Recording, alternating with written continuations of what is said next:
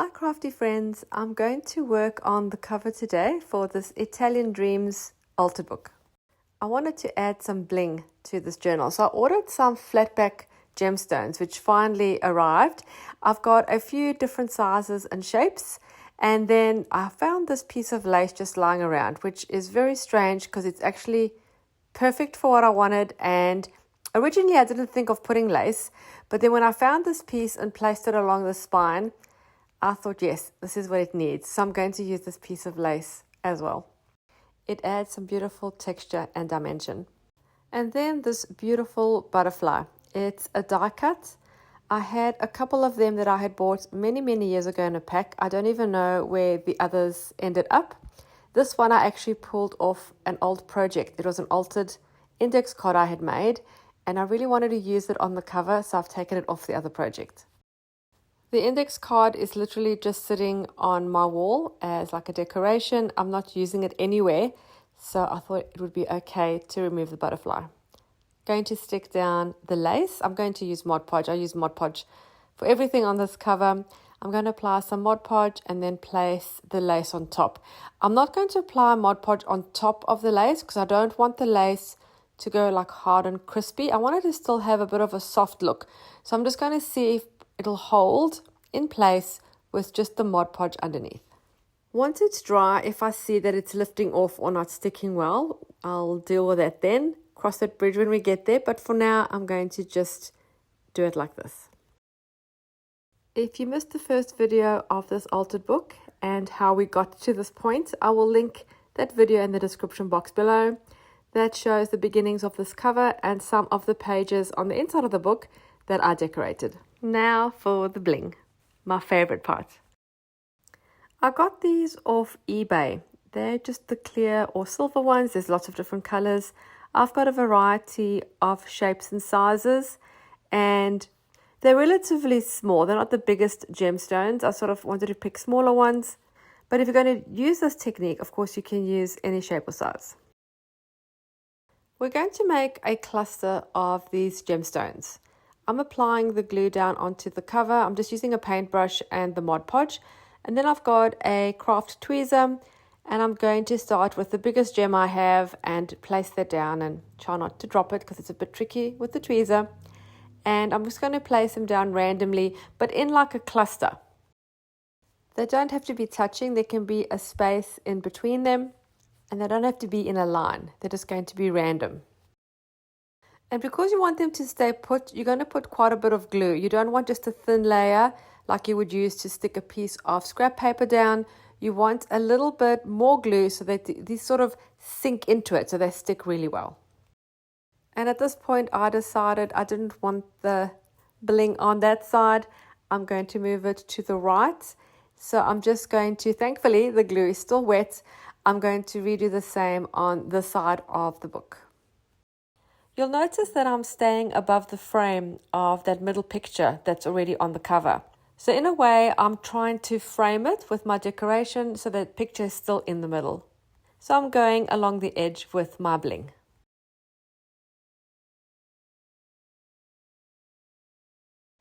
You can use this technique in lots of different things. If you think about some tags, you can bling some tags, or even just one tag in your journal to have that pop of interest. You could add them to an art journal page. You could add them to your ephemera, directly onto a page in your journal, onto your embellishments. And I recently made a heart for Valentine's Day out of a paint sample card and added the bling on that too, and it looked really cute.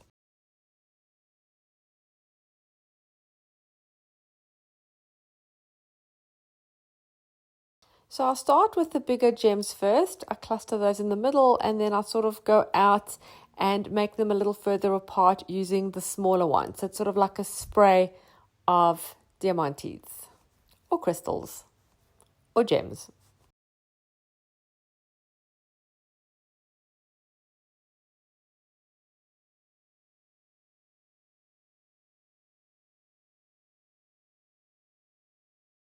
I'm going to do the same on the bottom left. I'm trying to create balance on my cover because I have the orange butterfly on the right. I want to sort of have something at the top and then the left, sort of like a triangle to create that balance. I'm doing the same on the left at the edge of the lace.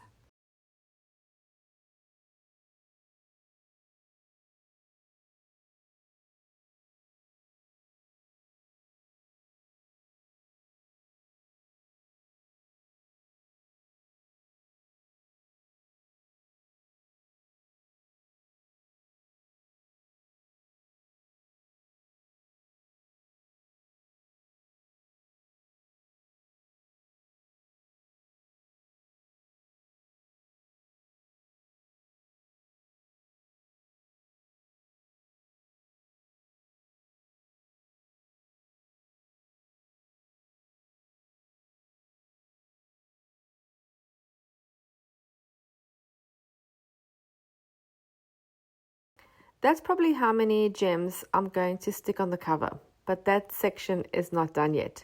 I'm going to first stick my butterfly down. There's already some thin foam double-sided tape on the back of the butterfly.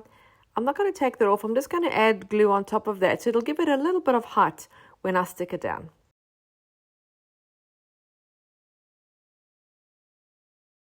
It's a little difficult to see in the video, but on the butterfly there's some iridescent glitter, so it's got a bit of a shine to it, which makes it really pretty.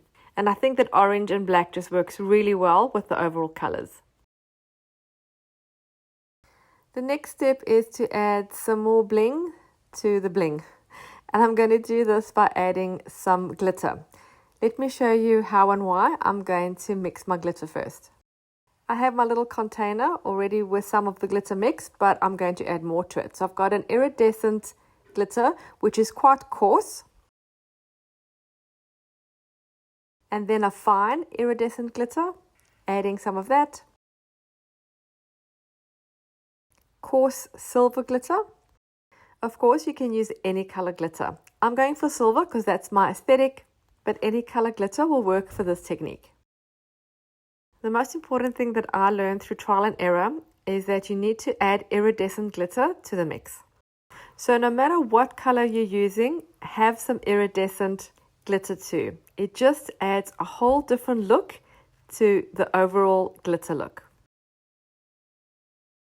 And you can add as few or as many different glitters as you have or you want. I just found a really cheap pack in one of those $2 stores with lots of different shapes and different thicknesses of the glitter in iridescent and silver. And I'm just adding all the different ones into my little pot. And then you give it a little mix. It's like a little cup of magic.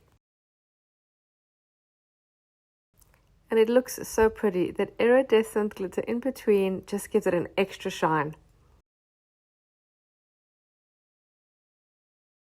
Adding a piece of paper just to catch all the excess glitter so we don't waste it. And I'm going to add the glitter like an extension of the gemstones I just placed. Still using the Mod Podge and a paintbrush. For this you could also use a glue stick or a craft glue. I'm just adding more, just extending past the gems and sort of thinning it out. I'm also going to use my finger to blend it out because I don't want my glitter to have like a definite stop. I want it to sort of fade out and become less and less. And then I'm going to sprinkle over my glitter mix. The glitter mix is also going to go over the gemstones, over this whole area. There's still wet glue in between my gemstones, so the glitter will stick there. So we're going to have extra shine.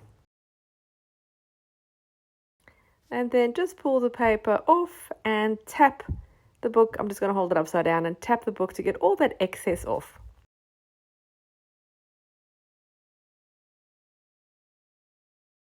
Oh gosh, I love that already. I use a dry paintbrush to get off some of the excess glitter. Repeat on the bottom left.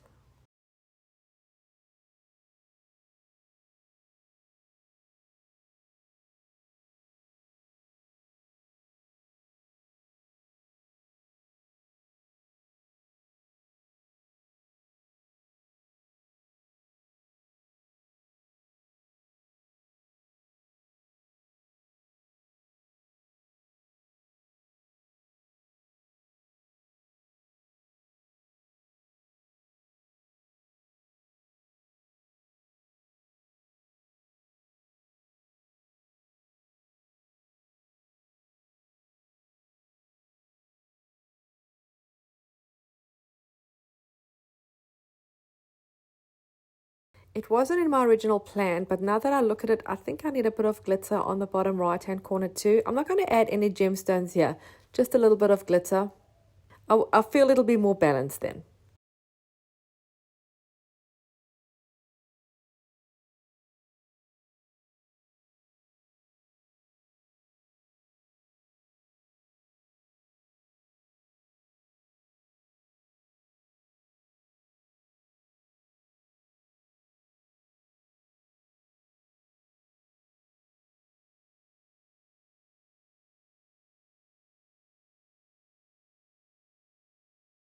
And my cover is not done yet. I have another element I want to add. I have this gorgeous butterfly. So I found a pack of these butterflies in different colors in Kmart in the craft section a few months ago. So of course I had to buy a pack. There's also different sizes. This one is pretty big, but I think it'll work really good for this project. The only thing is that it's got like a plastic underneath part that's got like the legs and the body of the butterfly, which for me won't work for this project. So I'm going to chop them off. I tried to remove just the wings, but because it's fabric and it's really well stuck onto the body, it was starting to tear and I was going to ruin it. So I just did my best to try and cut away as much of the plastic as possible, trying to still leave the antenna attached. I just needed to get it quite thin so that it'll lay flat when I stick it. And it's going to go on the inside page and peep out from that corner that I chopped off last week. My first thought was to use craft glue or my Mod Podge to stick the butterfly down. Unfortunately, the plastic body of the butterfly is not porous at all, so the craft glue didn't hold.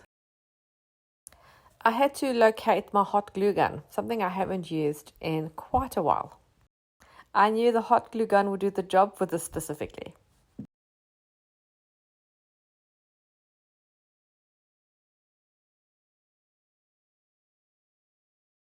I wanted the wings to have some freedom and some movement, so I don't want to stick them totally flat onto the page. So I just add a little bit of glue just to make sure it doesn't come off. But then at one point I realized that this butterfly was a little too low. I wanted it to stick out a bit more from that torn corner.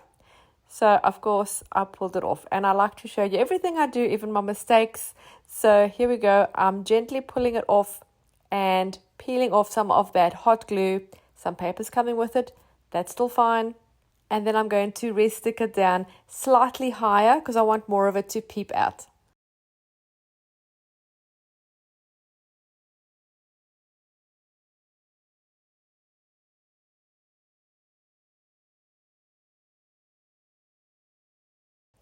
I don't know about anybody else, but I personally love the cover of this book. I think it is fabulous. I really hope you enjoyed this video and my process of decorating this cover. Thank you so much for taking the time to watch. Don't forget to subscribe and hit the little bell so you're notified every time I upload new content. Look at all that shimmering bling. That makes me so happy. Thanks again for watching. Happy creating, and I'll see you again soon. Bye.